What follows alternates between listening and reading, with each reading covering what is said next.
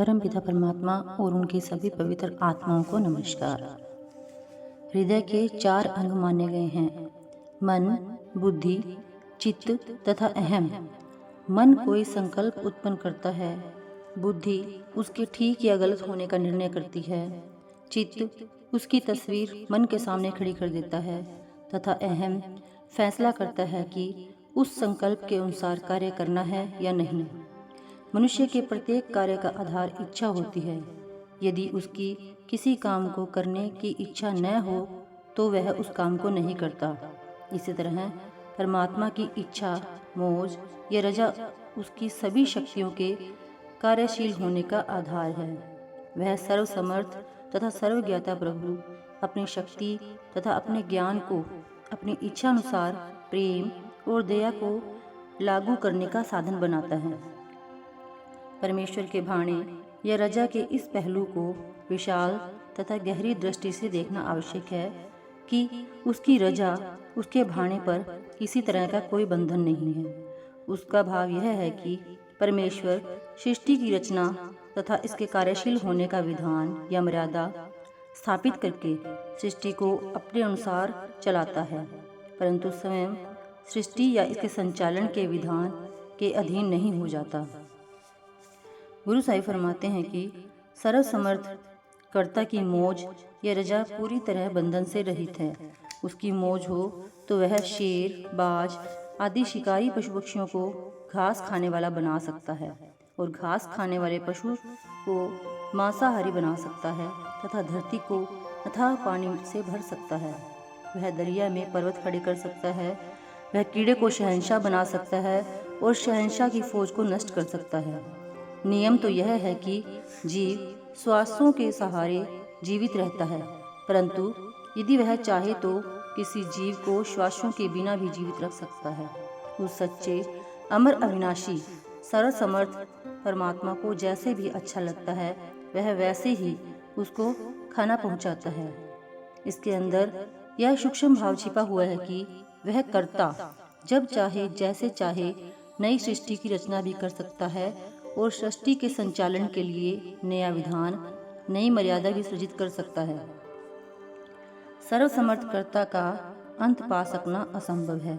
जो भाग्यशाली जीव उसके नाम का ध्यान करते हैं, उसके नाम के साथ लिव जोड़ते हैं, उनके सभी पाप नष्ट हो जाते हैं तथा वे भव सागर से पार हो जाते हैं। उस बख्शने वाले दयालु की मौज हो जाए तो वह पशुओं, प्रेतों, मूर्खों तथा पत्थरों के समान जड़ बुद्धि वाले जीवों को भी भव सागर से पार कर सकता है। उसकी मौज से पत्थर भी नदी से पार जा सकते हैं। कर्ता पुरुष अपने हुक्म, अपनी रजा, अपने भाणे या मौज का बर्ताव किस तरह करता है?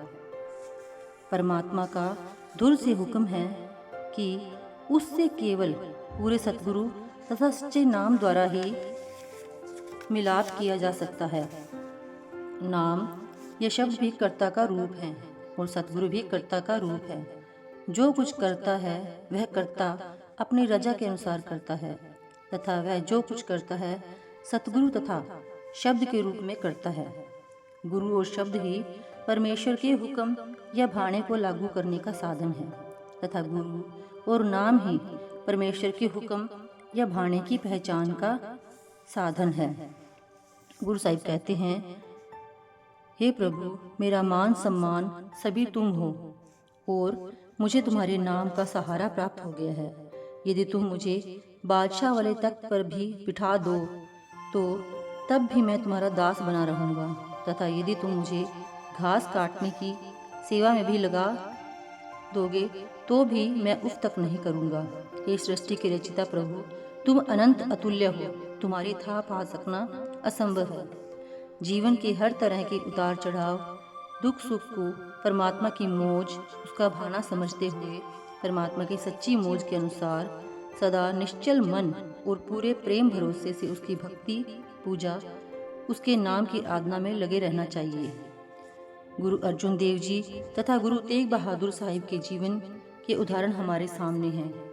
गुरु साहिब परमात्मा का रूप थे तथा जो चाहे कर सकते थे। इसके बावजूद उन्होंने वक्त के राजा के जुल्मों को कुल मालिक का आदेश मानते हुए खुशी खुशी स्वीकार कर लिया।